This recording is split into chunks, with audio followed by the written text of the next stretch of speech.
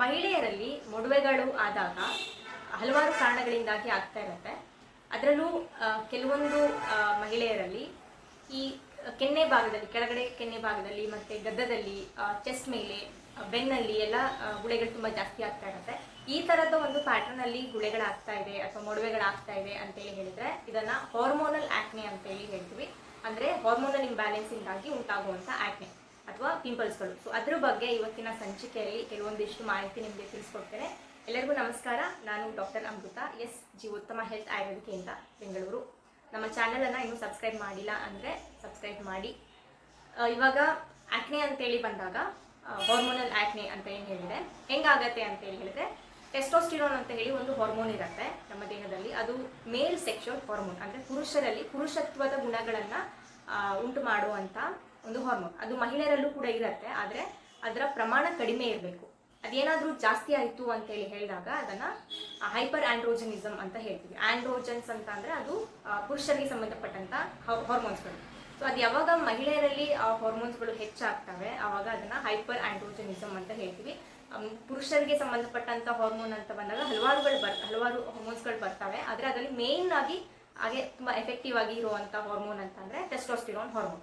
So testosterone levels ಜಾಸ್ತಿ ಆದಾಗ ಈ ಥರದ ಒಂದು ಪ್ಯಾಟರ್ನಲ್ಲಿ ಮೊಡವೆಗಳಾಗ್ತಾ ಇರುತ್ತೆ. ಸಿಂಪ್ಟಮ್ಸ್ ಇದ್ರ ಜೊತೆಗೆ ಹಲವಾರು ಸಿಂಪ್ಟಮ್ಸ್ಗಳಿರುತ್ತೆ. ವೆಯ್ಟ್ ಗೇನ್ ಆಗಿರುತ್ತೆ, ಹಾಗೆ ಹೇರ್ ಫಾಲ್ ಆಗ್ತಾ ಇರುತ್ತೆ, ಫೇಶಿಯಲ್ ಹೇರ್ ಗ್ರೋತ್ ಕೂಡ ಇರುತ್ತೆ. ಇದನ್ನು ಹಿರ್ಸುಟಿಸಮ್ ಅಂತೇಳಿ ಹೇಳ್ತೀವಿ. ಫೇಶಿಯಲ್ ಹೇರ್ ಗ್ರೋತ್ ಅಂದರೆ ಇವಾಗ ಹೆಂಗೆ ಪುರುಷರಲ್ಲಿ ಅವ್ರಿಗೆ ಎಲ್ಲೆಲ್ಲಿ ಜಾಸ್ತಿ ಕೂದಲಿರುತ್ತೆ, ಬಿಯರ್ಡಲ್ಲಿ ಅಥವಾ ಗಡ್ಡದಲ್ಲಿ ಅಥವಾ ಮೀಸೆ ಜಾಗದಲ್ಲಿ ಮತ್ತು ಚೆಸ್ಟ್ ಮೇಲೆ, ಬೆನ್ನಲ್ಲಿ, ಈ ಜಾಗಗಳಲ್ಲಿ ಅವ್ರಿಗೆ ಹೆಚ್ಚು ಕೂದಲಿರುತ್ತೆ ಅಲ್ವಾ. ಸೊ ಮಹಿಳೆಯರಲ್ಲಿ ಇಂಥ ಜಾಗಗಳಲ್ಲಿ ಮೊಡವೆಗಳಾಗೋದು ಮತ್ತು ಅಂಥ ಜಾಗದಲ್ಲಿ ಕೂದಲು ಹೆಚ್ಚಿಗೆ ಬರೋದು ಆಗ್ತಾ ಇರುತ್ತೆ.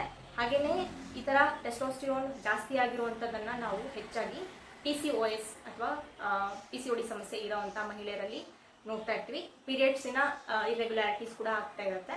ಇದು ಒಂದೇ ಕಂಡೀಷನಲ್ಲಿ ನಾವು ಟೆಸ್ಟೋಸ್ಟಿರೋನ್ ಹೆಚ್ಚಾಗೋದನ್ನು ನೋಡ್ತೀವಿ ಅಂತೇನಿಲ್ಲ, ಅಥವಾ ಟೆಸ್ಟೋಸ್ಟಿರೋನ್ ಹೆಚ್ಚಾಗಿರೋರು ಎಲ್ಲರಲ್ಲೂ ಪೀರಿಯಡ್ಸ್ ಇರೆಗ್ಯುಲರ್ ಆಗಬೇಕು ಅಂತಲೂ ಇಲ್ಲ, ಅಥವಾ ಅವ್ರಿಗೆ PCOD ಬರಲೇಬೇಕು ಅಂತಲೂ ಏನಿಲ್ಲ.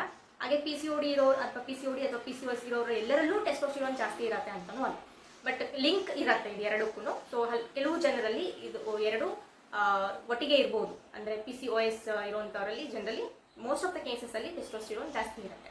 ಸೊ ಇದೆಲ್ಲ ಒಂದು ಸಿಂಪ್ಟಮ್ಸ್ಗಳು ನಿಮ್ಗೆ ಆಗ್ತಾ ಇದೆ, ಇದರಲ್ಲಿ ಒಂದು 2-3 ಸಿಂಪ್ಟಮ್ಸ್ ಅದು ಕಾಣಿಸ್ಕೊಳ್ತಾ ಇದೆ ಅಂತೇಳಿ ಹೇಳಿದ್ರೆ ಟೆಸ್ಟೋಸ್ಟಿರೋನ್ ಲೆವೆಲ್ಸ್ ಹೆಚ್ಚಾಗಿರುವಂತಹ ಸಾಧ್ಯತೆಗಳಿರುತ್ತೆ. ಅದನ್ನು ನೀವು ಎವ್ಯಾಲ್ಯೂಯೇಟ್ ಮಾಡ್ಕೋಬೇಕಾಗತ್ತೆ. ಪೀರಿಯಡ್ಸ್ ಕೂಡ ಇರೆಗ್ಯುಲರ್ ಆಗಿ ಆಗ್ತಾ ಇದೆ ಅಂತೇಳಿ ಹೇಳಿದ್ರೆ PCOD ಅಥವಾ PCOS ಇರುವಂಥ ಸಾಧ್ಯತೆ ಕೂಡ ಇರುತ್ತೆ. ನೀವು ಡಾಕ್ಟರ್ ಹತ್ರ ಹೋಗ್ಬಿಟ್ಟು ಎವ್ಯಾಲ್ಯೂಯೇಟ್ ಮಾಡಿಸ್ಕೊಳ್ಳೋದು ಒಳ್ಳೆಯದು. ಸೊ ಟೆಸ್ಟೋಸ್ಟಿರೋನ್ ಹೆಚ್ಚಾಗಿದೆ ಅಂತ ಹೇಗೆ ಚೆಕ್ ಮಾಡೋದು ಅಂತ ಹೇಳಿದ್ರೆ ಸಿಂಪಲ್ ಆಗಿ ಬ್ಲಡ್ ಟೆಸ್ಟ್ಗಳು ಬರುತ್ತೆ, ಟೋಟಲ್ ಮತ್ತು ಫ್ರೀ ಟೆಸ್ಟೋಸ್ಟಿರೋನ್ ಅಂತ ಹೇಳಿಬಿಟ್ಟು. ಈ ಬ್ಲಡ್ ಟೆಸ್ಟ್ಗಳನ್ನು ಮಾಡಿಸ್ಕೊಂಡ್ರೆ ನಿಮಗೆ ಅದರಲ್ಲಿ ವ್ಯಾಲ್ಯೂಸ್ ಏನಾದರೂ ಹೈ ಇದೆ ಅಂತಂದರೆ ಅವಾಗ ನಿಮಗೆ ಗೊತ್ತಾಗುತ್ತೆ ಟೆಸ್ಟೋಸ್ಟಿರೋನ್ ಜಾಸ್ತಿ ಇದೆ ಅಂತ ಹೇಳಿಬಿಟ್ಟು.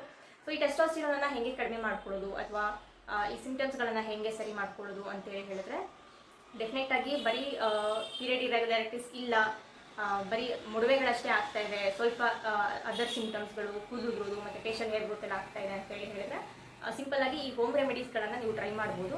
ಬಟ್ ಸಿವಿಯರ್ ಆಗಿ ನಿಮಗೆ ಅಫೆಕ್ಟ್ ಆಗಿ ತುಂಬ ವರ್ಷಗಳಿಂದ ಈ ರೀತಿ ಇದೆ, PCOS ಕೂಡ ಇದೆ, ಪೀರಿಯಡ್ಸ್ ಎಲ್ಲ ಇರೆಗ್ಯುಲರ್ ಆಗ್ತಾ ಇದೆ ಅಂತೇಳಿ ಹೇಳಿದ್ರೆ ಡಾಕ್ಟರ್ನ ಭೇಟಿ ಮಾಡೋದು ಒಳ್ಳೆಯದು. ಅಲ್ಲಿ ನಮಗೆ ಡೀಟೇಲ್ಡ್ ಎವ್ಯಾಲ್ಯೂಯೇಷನ್ ಮತ್ತು ಪ್ರಾಪರ್ ಟ್ರೀಟ್ಮೆಂಟ್ ಆ್ಯಂಡ್ ಕೇರ್ ಬೇಕಾಗಿರುತ್ತೆ. ಸೊ ಮನೆ ಮದ್ದುಗಳಲ್ಲಿ ನೀವು ಏನನ್ನು ಬಳಕೆ ಮಾಡಿಕೊಂಡು ಟೆಸ್ಟೋಸ್ಟಿರೋನ್ ಲೆವೆಲ್ಸನ್ನು ಕಡಿಮೆ ಮಾಡ್ಕೋಬೋದು ಅಂತೇಳಿ ಹೇಳಿದ್ರೆ, ಮೊದಲನೇದಾಗಿ ಎಲೋವೆರಾ. ಸೊ ತುಂಬಾ ಒಂದು ಒಳ್ಳೆಯ ಔಷಧಿ ಇದು ಸ್ತ್ರೀ ರೋಗಕ್ಕೆ ಅಂತ ಬಂದಾಗ, ಹಾಗೆ ಲಿವರ್ ಹೆಲ್ತ್ ಅಂತ ಹೇಳಿ ಬಂದಾಗ ನಮ್ಮ ದೇಹದಲ್ಲಿ ಇರುವಂಥ ಹಾರ್ಮೋನ್ಸ್ಗಳನ್ನು, ಎಷ್ಟೊಂದು ಹಾರ್ಮೋನ್ಸ್ಗಳನ್ನು ಮೆಟಬಾಲಿಸಮ್ ಮಾಡುವಂಥದ್ದು ಅಥವಾ ಮೆಟಬಾಲಿಸಮ್ ಆಗುವಂಥದ್ದು ಲಿವರಲ್ಲೇ. ಸೊ ಲಿವರ್ ಹೆಲ್ತ್ ಯಾವಾಗಲೂ ಕೂಡ ಚೆನ್ನಾಗಿರಬೇಕು. ಲಿವರ್ ಹೆಲ್ತ್ ಹಾಳಾಗಿದೆ ಅಂತೇಳಿ ಹೇಳಿದ್ರೆ ಅಥವಾ ಗಟ್ ಹೆಲ್ತ್ ಹಾಳಾಗಿದೆ, ಅದರಲ್ಲೂ ಇಂಟೆಸ್ಟೈನ್ಸ್ಗಳು, ಕೆಲವು IBS ಸಮಸ್ಯೆ ಇರುತ್ತೆ, ಅಥವಾ ಪದೇ ಮೋಷನ್ ಹೋಗ್ತಾ ಇರ್ತಾರೆ, ಅಥವಾ ಮಲಬದ್ಧತೆ ಸಮಸ್ಯೆ ಇರುತ್ತೆ. ಈ ರೀತಿ ಗಟ್ ಹೆಲ್ತ್ ಹಾಳಾಗಿದೆ ಅಂತಂದ್ರೂ ಕೂಡ ಹಾರ್ಮೋನ್ಸ್ಗಳಲ್ಲಿ ವ್ಯತ್ಯಾಸ ಆಗ್ತಾ ಇರುತ್ತೆ. ಯಾಕಂದರೆ ಲಿವರ್ ಮತ್ತು ಇಂಟೆಸ್ಟೈನ್ಗಳಲ್ಲಿ ಕನೆಕ್ಷನ್ ಇದ್ದು ಹಾರ್ಮೋನ್ಸ್ಗಳದ್ದು ಒಂದು ಮೆಟಬಾಲಿಸಮ್ ಆಗ್ತಾ ಇರುತ್ತೆ. ಹಾಗಾಗಿ ಲಿವರ್ ಸಮಸ್ಯೆ ಮತ್ತು ನಿಮ್ಮ ಗಟ್ ಹೆಲ್ತ್, ಇಂಟೆಸ್ಟೈನ್ ಇರ್ಬೋದು ಅಥವಾ ಸ್ಟಮಕ್ ಇರ್ಬೋದು, ಇದರಲ್ಲಿ ವ್ಯತ್ಯಾಸಗಳಿದೆ ಅಂತಂದರೆ ಅದನ್ನು ನೀವು ಸರಿ ಮಾಡ್ಕೋಬೇಕಾಗುತ್ತೆ. ಗಟ್ ಹೆಲ್ತ್ ಸರಿ ಮಾಡ್ಕೊಳ್ಳಿಕ್ಕೆ ನೀವು ಅದನ್ನು ಬೇರೆ ಒಂದು ಸಂಚಿಕೆಗಳಲ್ಲಿ ತಿಳಿಸ್ಕೊಡ್ತೇನೆ, ಏನೆಲ್ಲ ಸಮಸ್ಯೆಗಳು, ಅದು ಬಹಳಷ್ಟು ದೊಡ್ಡ ಒಂದು ವಿಚಾರ ಅದು. ಬಟ್ ಆ ಥರ ಗಟ್ ಹೆಲ್ತ್ ಇದೆ, ಗಟ್ ಇಶ್ಯೂಸ್ ಇದೆ ಅಂದರೆ ಅದನ್ನು ನೀವು ಮೊದಲಿಗೆ ಸರಿ ಮಾಡ್ಕೊಳ್ಳೋಕ್ಕೆ ಪ್ರಯತ್ನ ಮಾಡಬೇಕು. ಆ್ಯಂಡ್ ಲಿವರ್ ಹೆಲ್ತ್ ಕೂಡ ಸರಿಯಾಗಿ ಇಟ್ಕೋಬೇಕು. ಈ ಅಲೋವೆರಾ ಏನು ಮಾಡುತ್ತೆ, ಲಿವರನ್ನು ಸ್ಟಿಮ್ಯುಲೇಟ್ ಮಾಡುತ್ತೆ. ಸೊ ಹಾಗಾಗಿ ಇದು ಮಹಿಳೆಯರಿಗೆ ಅಥವಾ ಸ್ತ್ರೀ ರೋಗಗಳಿಗೆ ತುಂಬಾ ಒಂದು ಒಳ್ಳೆಯ ಔಷಧಿ. ಪ್ರತಿದಿನ ಒಂದು 10 ml ಅಷ್ಟು ಅಲೋವೆರಾದ ಜ್ಯೂಸನ್ನು ಖಾಲಿ ಹೊಟ್ಟೆನಲ್ಲಿ ನೀವು ಸೇವನೆ ಮಾಡ್ತಾ ಬಂದರೆ ನಿಮ್ಮ ಟೆಸ್ಟೋಸ್ಟಿರೋನ್ ಲೆವೆಲ್ಸನ್ನು ಕಡಿಮೆ ಮಾಡ್ಕೋಬಹುದು. ಇನ್ನು ಎರಡನೇದಾಗಿ ಚಕ್ಕೆ ಅಥವಾ ದಾಲ್ಚಿನ್ನಿ ಅಂತ ಏನು ಹೇಳ್ತಾರೆ. ಸೊ ಒಂದು ಸಣ್ಣ ಪೀಸ್ ಅಷ್ಟು ದಾಲ್ಚಿನ್ನಿಯನ್ನು ಒಂದು 100 ಗ್ರಾಮ್ ನೀರಲ್ಲಿ ಹಾಕ್ಬಿಟ್ಟು ಅದನ್ನು ಚೆನ್ನಾಗಿ ಕುದಿಸಿ, ಅದು ಒಂದು 30 ml ಅಥವಾ ಒಂದು 20 ml ಆಗುವವರೆಗೂ ಕುದಿಸ್ಬಿಟ್ಟು ಅದನ್ನು ಫಿಲ್ಟರ್ ಮಾಡಿ ಸೇವನೆ ಮಾಡುವಂಥದ್ದು. ಸೊ ಸಿನ್ನಮನ್ ಟೀ ಅಂತ ಏನು ಹೇಳ್ತೀವಿ, ಅದನ್ನು ನೀವು ದಿನಕ್ಕೆ 2 ಬಾರಿ ಡಿವೈಡೆಡ್ ಡೋಸೇಜಸಲ್ಲಿ ಸೇವನೆ ಮಾಡ್ಬೋದು. ಇನ್ನು ಮೂರನೇದು ಬಂದು ಸ್ಪಿಯರ್ ಮಿಂಟ್ ಅಥವಾ ಪುದೀನ ಕೂಡ ತುಂಬಾ ಒಳ್ಳೆಯದು ಟೆಸ್ಟೋಸ್ಟಿರೋನ್ ಕಡಿಮೆ ಮಾಡಲಿಕ್ಕೆ. ಸೊ ಪುದೀನಾನು ಕೂಡ ಇದೇ ಥರನೇ, ಚಕ್ಕೆ ಥರನೇ ನೀವು ಸಪ್ರೇಟಾಗಿ ಕಷಾಯ ಮಾಡಿ ತೊಗೋಬೋದು, ಇಲ್ಲ ಚಕ್ಕೆ ಜೊತೆಗೆ ಈ ಪುದೀನಾನು ಕೂಡ ಆ್ಯಡ್ ಮಾಡಿ ಕಷಾಯ ಮಾಡಿ ಸೇವನೆ ಮಾಡ್ಬೋದು.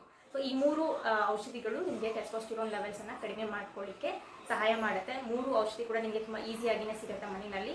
ಸೊ ಈ ಥರ ಸಿಂಪ್ಟಮ್ಸ್ಗಳಾಗ್ತಾ ಇದೆ ಅಂದರೆ ಬೇಗನೆ ಬ್ಲಡ್ ಟೆಸ್ಟ್ ಮಾಡಿಸ್ಕೊಂಡ್ಬಿಟ್ಟು ಅದ್ಮೇಲೆ ನೀವು ಅದನ್ನು ಸರಿ ಮಾಡ್ಕೊಳ್ಳಿಕ್ಕೆ ಪ್ರಯತ್ನ ಮಾಡ್ಬೋದು.